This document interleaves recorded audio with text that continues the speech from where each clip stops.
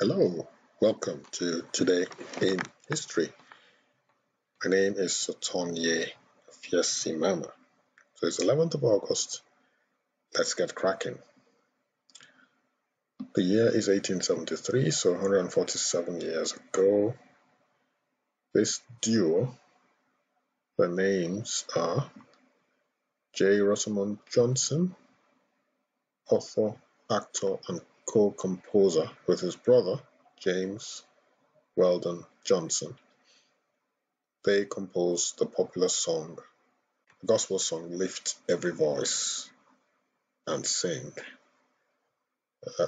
So, Rosamond Johnson was born on this day in 1873. Let's move on to the year 1921, and it's Alex Haley's birthday. So, who was Alex Haley? His full name is Alexander Palmer Haley. He was born in Ithaca, New York, on this day in 1921. He was a writer and author of the 1976 book Roots, the Saga of an American Family. ABC, or the American Broadcasting Corporation, adapted the book as a television miniseries of the same name and aired it in 1977 to a record-breaking audience of 130 million viewers. So that's, at the time, definitely more than 50% of the American population. Wow, it was a huge, huge success. In the United States, the book and miniseries raised the public awareness of Black American history and inspired a broad interest in genealogy and family history. Haley's first book was the Autobiography of Malcolm X, published in 1965, a collaboration through numerous lengthy interviews with Malcolm X. 1965, on this day, another race riots. This time it's in southeast LA, and this is one of the pictures that gives you an idea of how bad it was. So, the Watts riot, sometimes referred to as the Watts Rebellion or Watts Uprising, took place in the Watts neighborhood and its surrounding areas of Los Angeles on this day in 1965. It did actually last for 5 days or 6 days, from the 11th to the 16th of August. So, why did this riot start? Well, on this day, 1965, which was 55 years ago, Marquette Fry, an African-American motorist on parole for robbery, was pulled over for reckless driving. Okay? Nothing wrong with that. The police were within their rights to pull him over. A minor roadside argument broke out, which then escalated into a fight with police. So obviously, the African-American community felt, what's the word now? They felt that they were not being treated fairly. I guess there had been other riots. There surely were other riots. There was stuff going on that obviously they were not happy with. So that escalated into a fight with the police. Community members reported that the police had hurt a pregnant woman. Wow. And 6 days of civil unrest followed. So I guess it was the fact that the pregnant woman had been hurt, right? So 14,000 people, members of the California Army National Guard, helped suppress the disturbance, which resulted in 34 deaths, which was very, very needless, and over $40 million in property damage. It was the city's worst unrest until the Rodney King riots of 1992. Interesting. So it looks like what escalated this riots was the fact that the pregnant woman was hurt. One hurt a pregnant woman. It will touch a nerve for sure, whatever race that woman is or was. But the fact that someone who had just been released on parole was driving erratically, shouldn't have been driving erratically, and the police were in the right to arrest him. But like I said earlier, Perhaps the relations with the police and the community, especially the African American community, was strained. So people took the law into their own hands, and this was the result, as you can see in the picture. Anyway, let's move on. 1973. So 18 years later, we encounter this picture. This is the actual picture of this happening. This was a birthday party in the Bronx, and this was the birthday of hip hop. So the guy who was credited with this was a DJ called Cedric. Sorry, a DJ called. I'll get his name in a minute. But it took place in 1520 Cedric Avenue, and his real name was Clive Campbell, or DJ Kool Herc. So he is regarded today as a father of hip hop. And this show you some other pictures. This is the actual venue where it took place, 1520 Cedric Avenue. And that's Clive Campbell today, known as DJ Kool Herc. This picture was taken in 2012 actually, so yeah, it pretty much looks the same.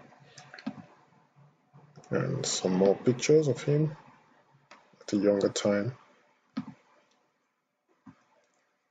Okay, so this is interesting. I'm going to read a little bit more about this guy. He was actually born in Jamaica and came to the United States at the age of 10. So I think what he noticed was that, there was, in every song that played at parties, there was a point where people got up and danced. And for him, this was his own, he thought about it and thought, maybe I should do something when people are excited, to get them even more excited. So he comes in and then he scratches a record, and hip hop was born. Okay, well, that is only part of the story. Google it up. There's more information about the birth of hip hop on this day. 1973 as well, American Graffiti opens. So it's a nostalgic teenage, so that's what it's about. A nostalgic teenage coming of age movie is what this American Graffiti was all about. It's directed and co-written by George Lucas, the same guy who wrote Star Wars. So it opens in theaters across the United States on this day in 1973. It was set in California in the summer of 1962. American Graffiti was nominated for 5 Academy Awards, including Best Director and Best Picture, and helped launch the big screen careers of Richard Dreyfuss and Harrison Ford, as well as a former child actor and future Oscar-winning filmmaker Ron Howard. The film's success enabled Lucas to get his next movie made, the mega hit Star Wars, which was made in 1977. 1979, on this day, this guy's name is Alhaji Shehu Shagari. He was Nigeria's first elected civilian president. So Nigeria had the first elections in 1979 on this day. And obviously, President Shehu Shagari was elected first civilian president of Nigeria. He was a school head teacher. That was his career before he decided to go into politics. And actually, he only just died a few years ago. He must have been in his 90s. Died just a few years ago. So he lived a long, peaceful life. I don't remember much of this era, but it certainly wasn't an era of turmoil compared to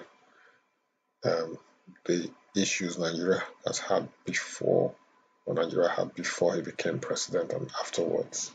Obviously, we had the Biafran War which I'm going to show you. It's at your top right hand corner right about now. So click on that link to find out more about Biafra. So that war raged in the late 60s, and millions of people lost their lives. And then obviously the 70s came, and things I think were a little bit better. And then 1979, Shagari becomes president. And then I think things deteriorated. So the military had to step in on the last day of 1983.